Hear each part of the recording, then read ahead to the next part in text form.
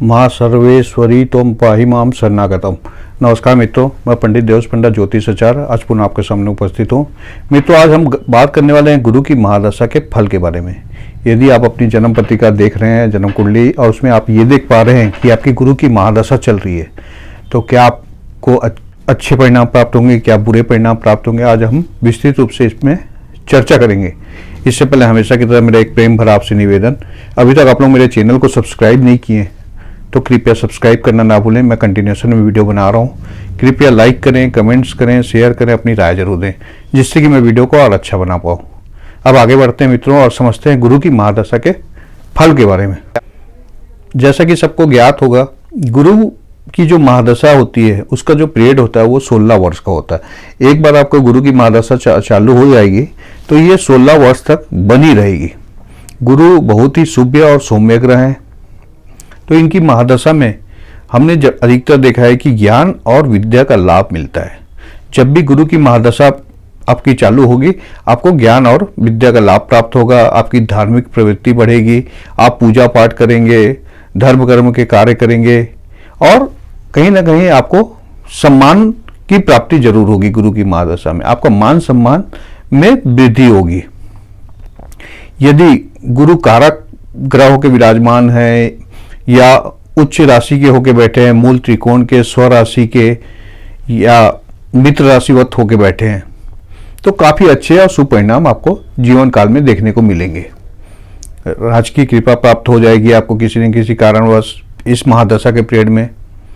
यदि आप कहीं कार्यरत हैं, कहीं नौकरी कर रहे हैं, तो वहां पे आपको पदोन्नति मिल सकती है, आप उच्च पद पे आसीन हो सकते हैं। गुरु की कृपा निरंतर बनी रहेगी इस महादशा के पीरियड में।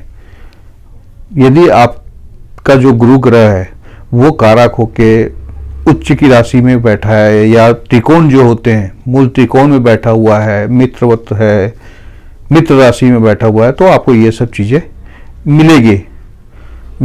गुरु की कृपा बनी रहेगी तो विद्या का लाभ आपको मिलता रहेगा। देव आराधना आप में लिप्त रहेंगे। इस पीरियड में आप काफी पूजा पाठ करेंगे।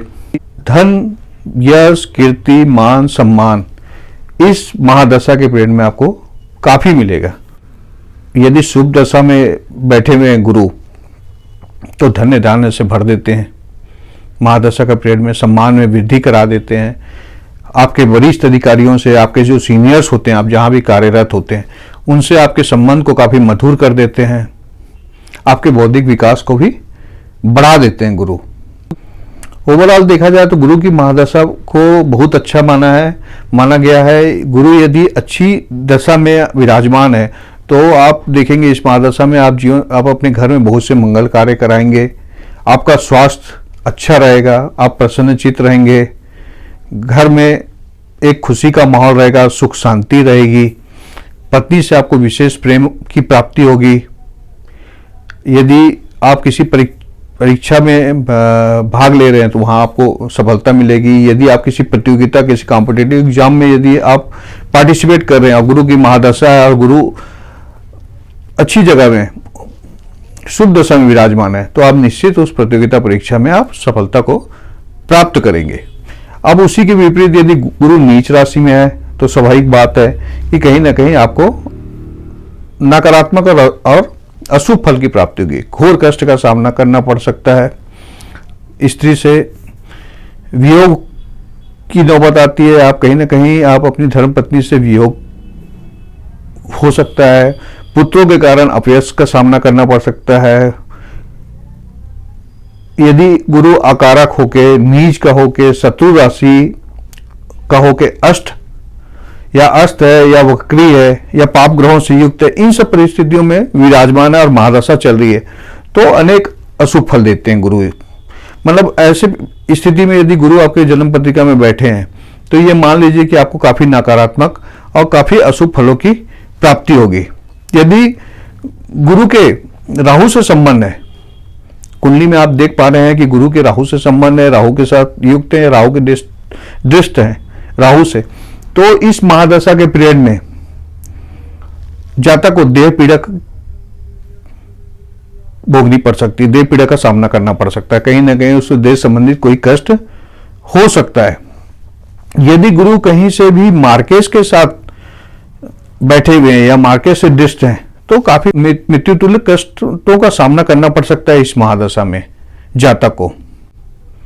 एक अस्थिरता मन में बनी रह सकती है इस पीरियड में यदि मार्केश के साथ बैठे हैं। कोई भी कार्यों में असफलता मिलेगी आपको, प्रॉपर पूरी सफलता नहीं मिल पाएगी, आपके गुरु से द्वेष हो जाएंगे। और यदि आप किसी परीक्षा में आप सम्मिलित हो रहे हैं या किसी प्रतियोगिता परीक्षा में आप शामिल हो रहे हैं तो वहां पे भी आपको असफलता का सामना करना पड़ सकता है। अब जैसे कि गुरु यदि महादशा चल रही है, आप देख पा रहे हैं कि गुरु आपके त्रिक भाव में विराजमान है 6, 8, 12 में, तो कहीं ना कहीं कुछ नकारात्मक प्रभाव आपको यहां पे भी दे सकते हैं। यदि 6वें भाव में बैठे हैं तो रोग से पीड़ित कर देंगे आपको, कुछ ना कुछ रोग आपके को लगे रहेंगे, कुछ ना कुछ प्रॉब्लम आपको होता रहेगा यदि 6वें भाव में बैठे हैं। तो यदि 8वें भाव में बैठे हैं तो वाहन संबंधी तकलीफ दे देंगे, आवास संबंधी तकलीफ दे देंगे, या कहीं ना कहीं संतान संबंधी आपको कुछ ना कुछ तकलीफ देते रहेंगे।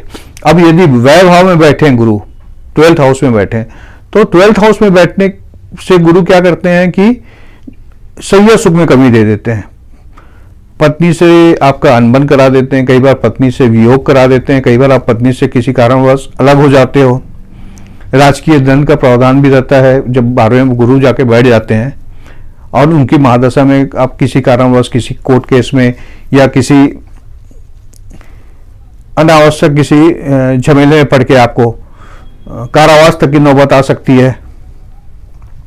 तो ये सब चीजें नेगेटिव परिणाम 12वें भाव में जब गुरु बैठे रहते हैं व्यय भाव में तो देते हैं। साथ में कई बार भाइयों के साथ द्वेष करा देते हैं, कई बार आप विदेश यात्रा करने जाते हैं तो वहां पे भी आपको घोर कष्ट का सामना करना पड़ता है। तो ऐसे अनेक तकलीफें हैं जो गुरु 12th हाउस में विराजमान होकर देते हैं।